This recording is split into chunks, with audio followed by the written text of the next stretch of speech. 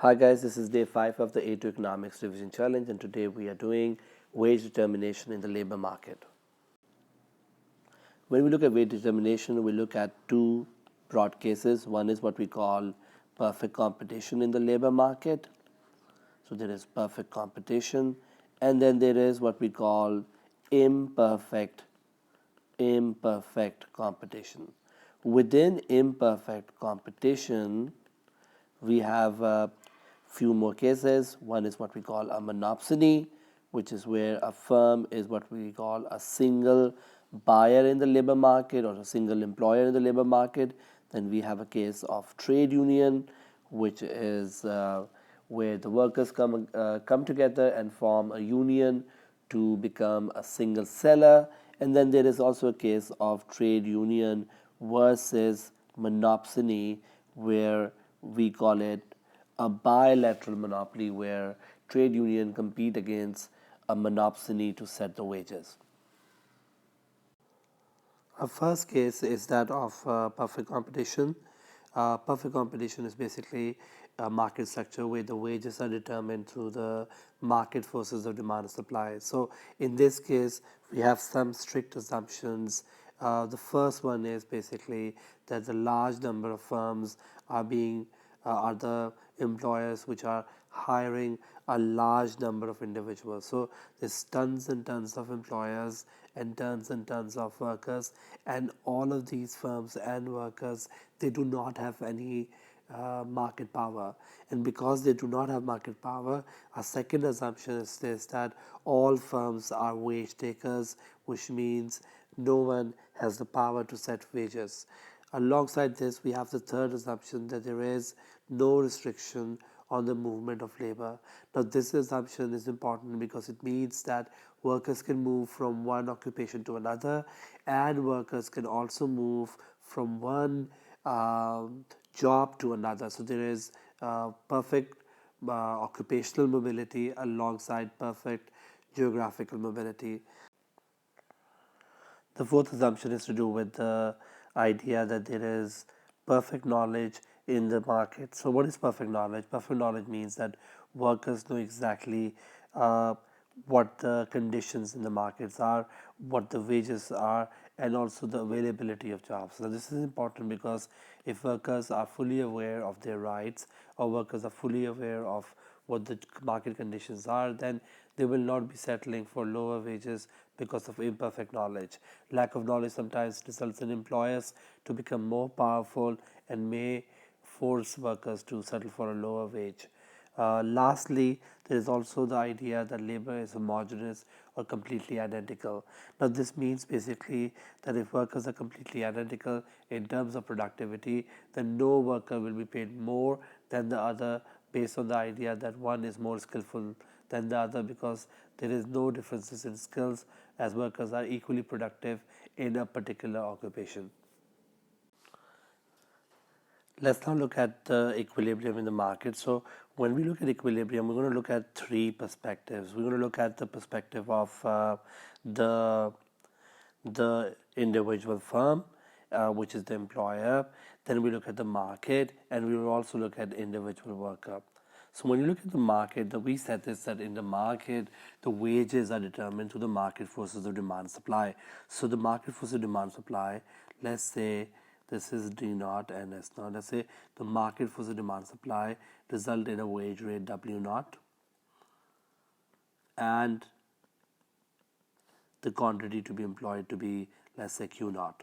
Now this wage is taken by the firm, which is now what we call a wage taker, because each firm and employee is too small to set the wages. Now this wage rate, I will say, for the employer will be what we call the supply for labor. So supply for labor will become the wage rate, and I'll explain this in 1 minute, as to be the going wage rate. So this wage rate becomes the supply or for labor, because at this wage rate the firm can employ as many workers as it can at the going wage rate. Now, the important thing to understand this is this the idea that because you're a wage taker as a firm, you can employ as many workers as you can. But when you employ a worker, and let's say the wage rate is $10, when you employ a worker or worker hours, each worker hours is costing you $10. So, for example, if you hire the first worker or the second worker or the third worker, the the marginal cost of hiring an extra worker will exactly be $10. Why is that so? Look at this, guys. When you hire the first worker, the total cost will be 10 times 1.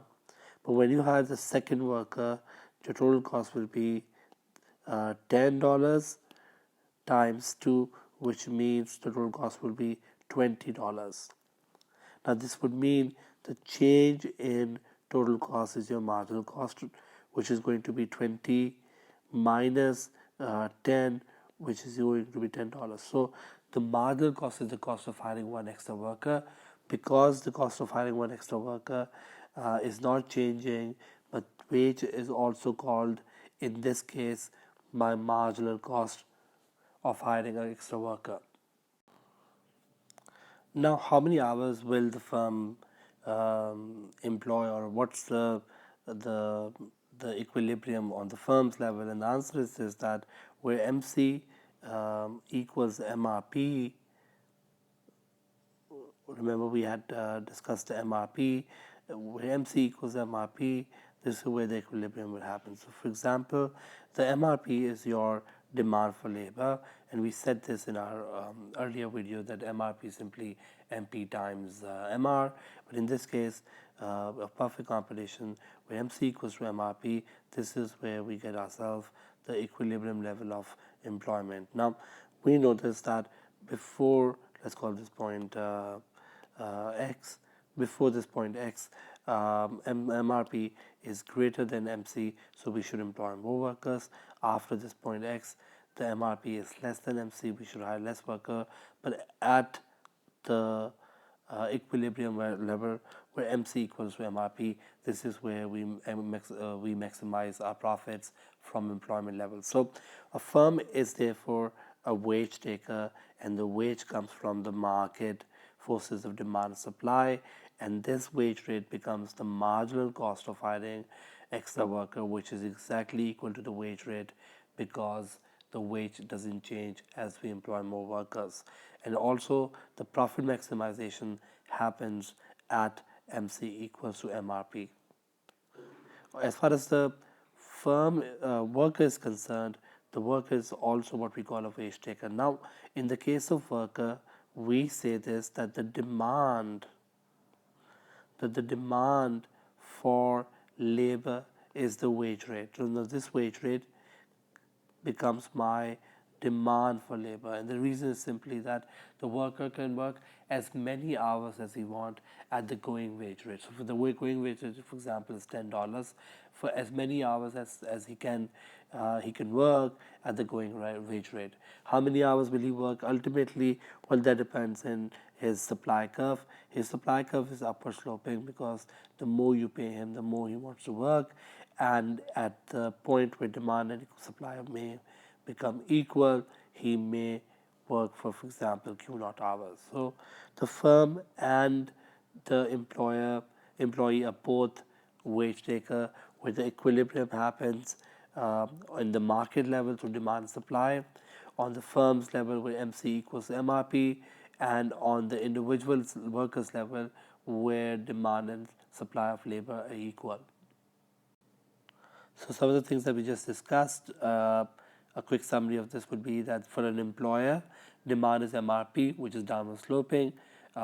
Supply is perfectly elastic.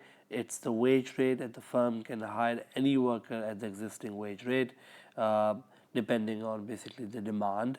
For an employee, we say this, that your demand is perfectly elastic, primarily because the worker now can work as many hours as he want at the going wage rate. But how many hours will he work? Well, that depends on the supply curve, which is upward sloping. And the reason why the supply curve is upward sloping is simply because higher wage rate leads to higher number of hours to be worked by a worker. Our next case is that of monopsony, where labor is supplied uh, competitively, which means a lot of workers, but demanded monopsonistically, which means one firm. So, firm is basically called a monopsony when it is a single buyer in the labor market, which means that there is only one employer and all the employees will be working for you. For example, let's say if you look at a small town where there is only one school, then that one school becomes the single employer in the labor market. Any teacher who wants to work as a teacher will only have one option as an employer, and therefore will only work for that school in that town. And because of this, being the single buyer in the labor market, there is what we call a significant market power, which leads to the firm to become a wage setter in the market. Now, we'll soon see that the MRP will be downward sloping as usual, but MRP will be equal to MP times MR. But the supply curve we'll see is going to be upper sloping. Now, upper sloping supply curve means that if the firm wants to take on more labor, it has to pay a higher wage rate to attract workers away from other industries. So, the school example, if the school wants to take more sort of teachers, they need to attract them from other industries. So, in other words, they have to pay them more in order to attract them from the other industry. I'm going to show you a diagram in a little while, but just to explain this concept, that let's say if this is my supply of labor, this means that I am going to, let's say if I have 5 teachers, and let's say if I want the 6th teacher, in order to hire the 6th teacher, I have to increase the wage rate that I pay, let's say from $10 to let's say $12. So I am attracting higher number of teachers, and that so from other industries by giving them higher salaries. So supply curve being upward sloping means more people will be attracted only if the wage rate is rising. This also means that when we look at our total cost, when we had 5 workers, our total cost was 10 times 5, which means $50. But when I hired, for example, 6 workers, so this total was 5. Total cost for 6 workers will be 12 times 6, which is going to be 72. Now, this means basically that when we are hiring the extra worker, the 6th worker, the marginal cost of hiring the 6th worker is basically 72 minus 50, 72 minus 50, which is going to be $22. Now, what we need to understand is that although the 6th worker was hired and he was paid $12, so let me write this: the 6th worker was paid $12, but the marginal cost of hiring the 6th worker was more than $12, was actually $22. So why did the marginal cost was more than the wage rate, which was $12? And the answer is this: that not only you paid the 6th guy $12, but you also paid for the first 5 workers, $2 extra, because your wage rate was $10 and now became 12. To $2 extra for the 5 people also happened because now the going wage rate has gone up from 10 to $12. So 2 times 5 will make it 10, and then 10 plus 12 will make the marginal cost to be of 22. So whenever we have an upper sloping supply curve, we will have a marginal cost which is going to be more than the supply curve, which is the wage rate. And this happens because the supply curve is upper sloping. So if you want to attract, let's go back to this statement that if firm wants to take on more labor, it has to pay higher wage rate to attract workers. This means the wage rate will have to go up to attract an extra worker, which means the marginal cost will be more than the wage rate. Now let's see how the equilibrium looks like in this market. So for the equilibrium, the first thing what we'll do is this, that we will make a supply curve which is going to be linear but upward sloping, something like this. And we also know this, that the marginal cost is going to be above the supply curve. So marginal cost will be linear and above the supply curve. And we know the reason is simply because the cost, when we want to hire an extra worker, the wage rate has to go up. So therefore, the cost of hiring will be more than the wage rate, because not only you pay the worker uh, extra money, but you also pay each worker hired before an extra rate for the fact that now the wage rate is going up. Now, if marginal cost is above my supply curve, I'm now going to make my MRP. My MRP is just like uh, previous case, is downward sloping when MRPs are demand for labor. Now, if we are a profit maximizing firm, the rule is that MC must equal to MRP. So we'll follow that rule, and we will say that MC equals to MRP happens here. Now at this MC equals to MRP, we get ourselves the quantity to be employed to be QM. Now the next question we need to ask is that where do we get our wage rate from?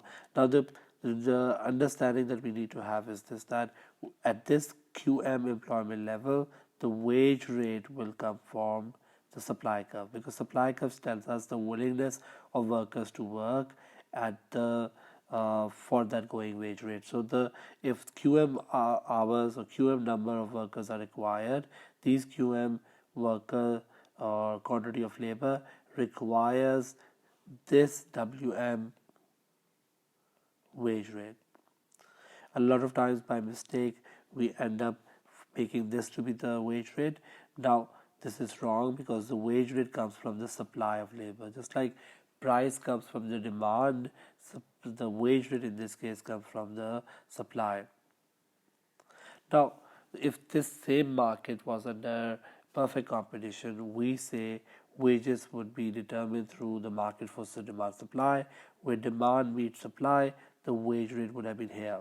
So if this same market was under perfect competition, we say our equilibrium would have happened at WC and the quantity would have been QC.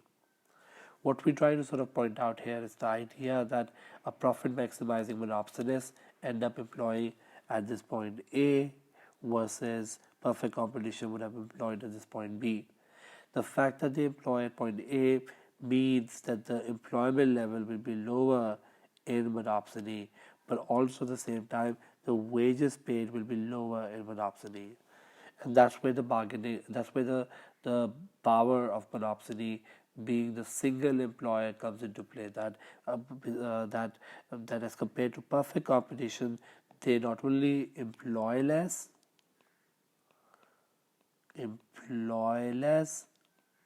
but they also pay less, or have a lower wage rate than competitive level.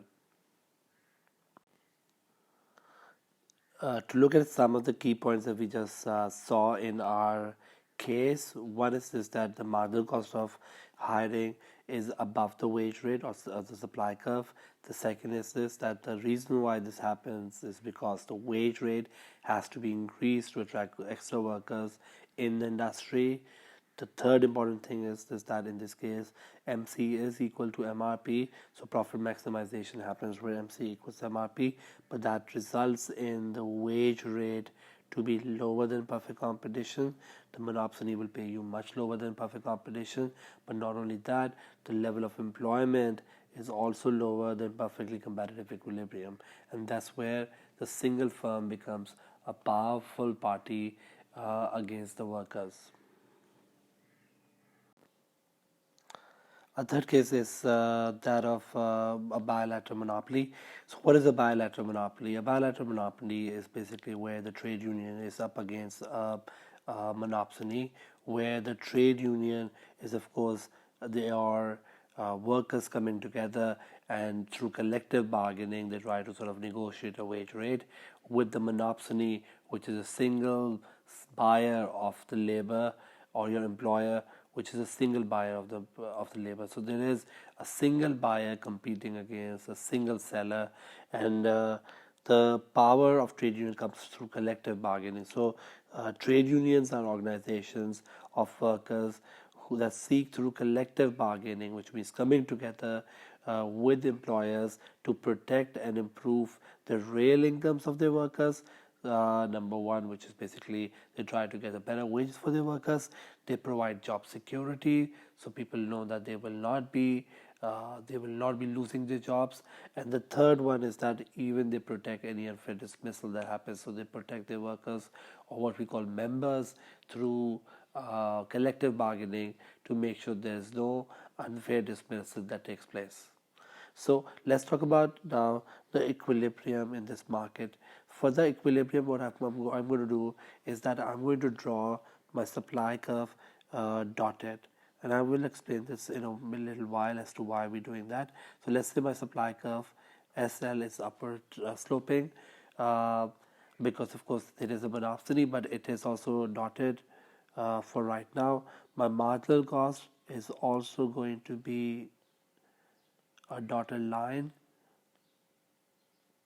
and our MRP in this case is a solid line, which is the demand for labor. Now the equilibrium happens where MC equals to MRP for monopsony, so I'm going to make my monopsony case, which is going to be QM.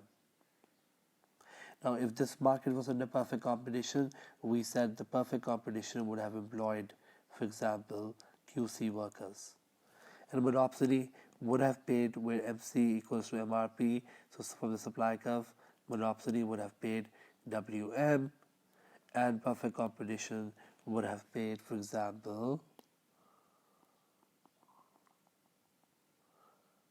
WC. Now what we were trying to now going to do basically is this, that let's say the trade union is given a wage rate of WM and they are unhappy with the wage rate. They say this, that you know what, we're not going to work at any wage rate below the competitive wage rate. You either pay us the competitive wage rate or more, but nothing below the competitive wage rate. Which means that if they are successful in getting the competitive wage rate, then or more, then the new supply curve will become something like this. It will be the competitive wage rate or more, but not anything below, let's say, this point B. Below the point B, the trade union say we're not going to work.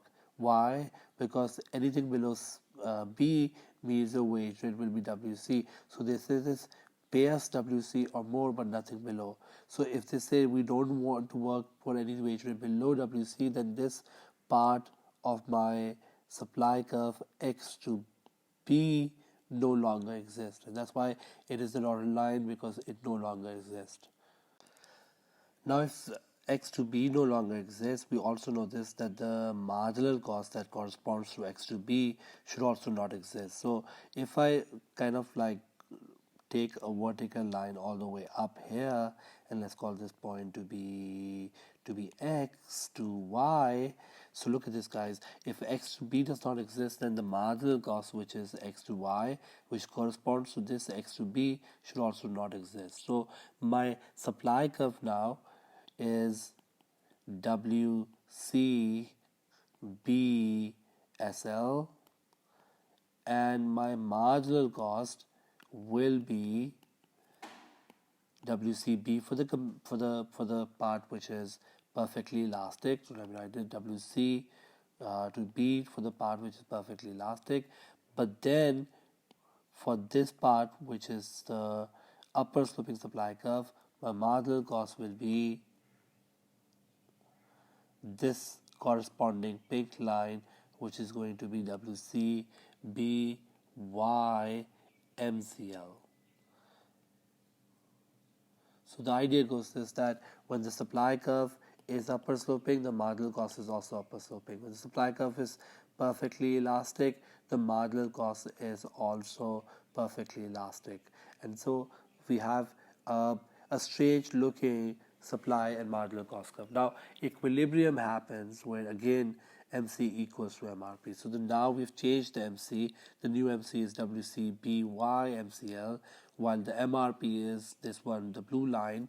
Therefore, equilibrium happens where MC equals MRP, and therefore the new MC equals to MRP happens at this point. Why? Because this is my MC and this is my MRP, so at point B, MC equals to MRP. So what is happening is this, then when the trade union negotiated for a wage rate above equilibrium, let's say WC, they are also able to successfully be able to get the employment level to improve to QC. So not only the wage rate went up,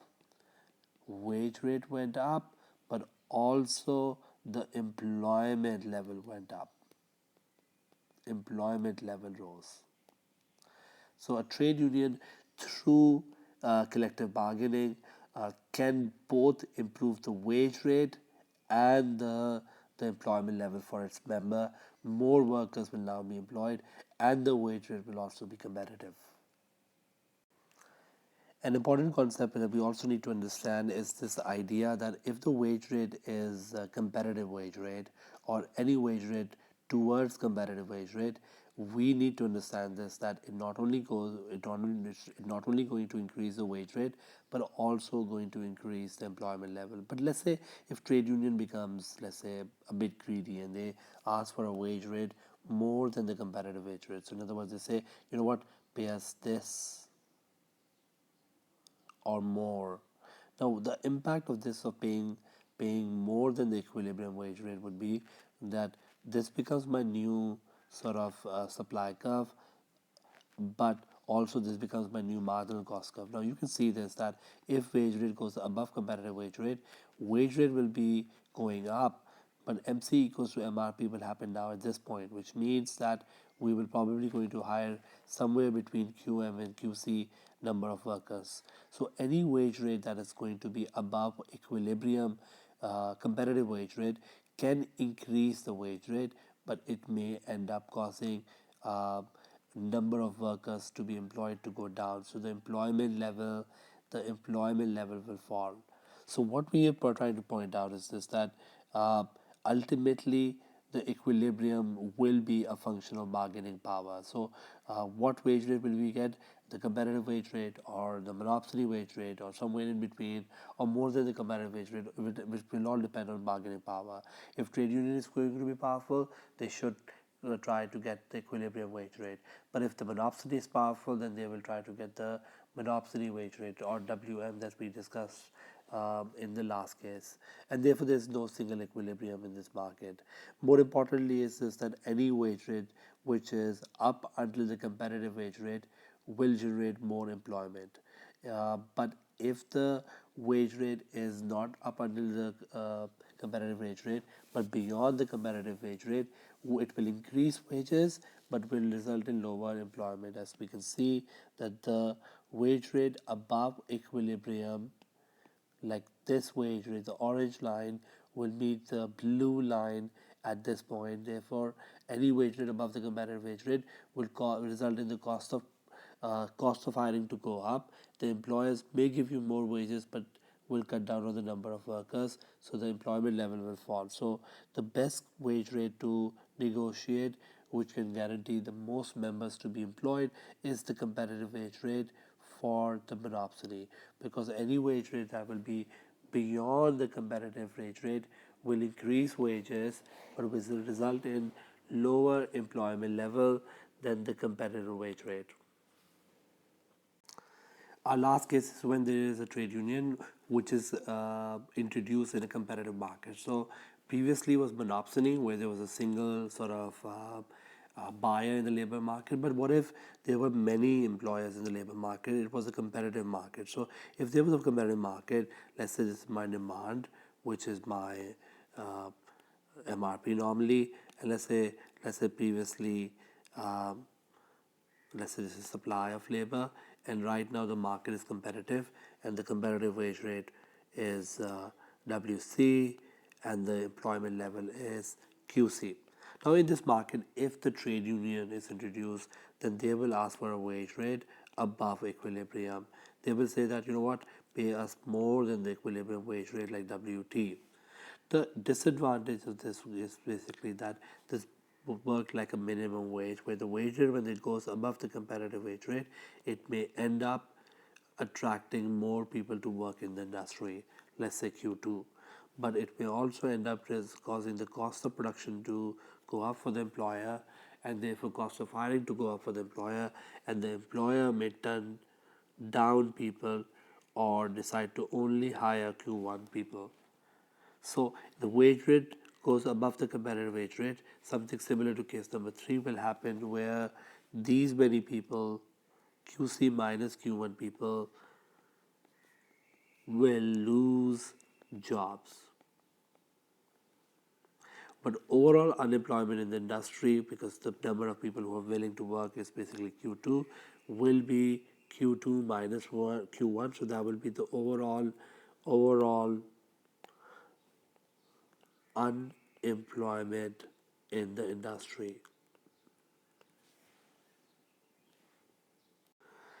Our last part of the discussion is basically about uh, when is the balance of power between trade union and employer, sort of what are the factors that determine the balance of power between trade union and employer. Well, the first thing we say this is that if there is unemployment in the industry, then the unemployment means that there are a lot more people who are willing to work but not finding work. Therefore, higher the unemployment industry, lower will be the trade union power, as firms can easily replace workers. So if I am negotiating with my employer in a market where there is already unemployment, my bargaining power will be very low, because I know this, that if the negotiation fail, there will be other people lined up for the job.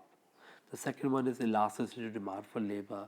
If the demand for labor is very inelastic, this means that it is very difficult to replace those sort of workers, which would mean that the workers will have a very high bargaining power. So the lower the elasticity demand for labor, the more powerful they are in negotiating a wage rate without losing their members. And last one is a competitive pressure in the market. Well, we say this, that if we are negotiating with a monopoly, so if a firm is enjoying a dominant monopoly position and high levels of abnormal profits, then therefore when the trade union negotiate with such a powerful and rich monopoly player, they know this, that the firm has the financial resources to meet a more generous wage settlement. You can't basically ask for or negotiate for higher wages in a competitive market, because if the competitive firm gives you that wage, it may more likely to go out of business.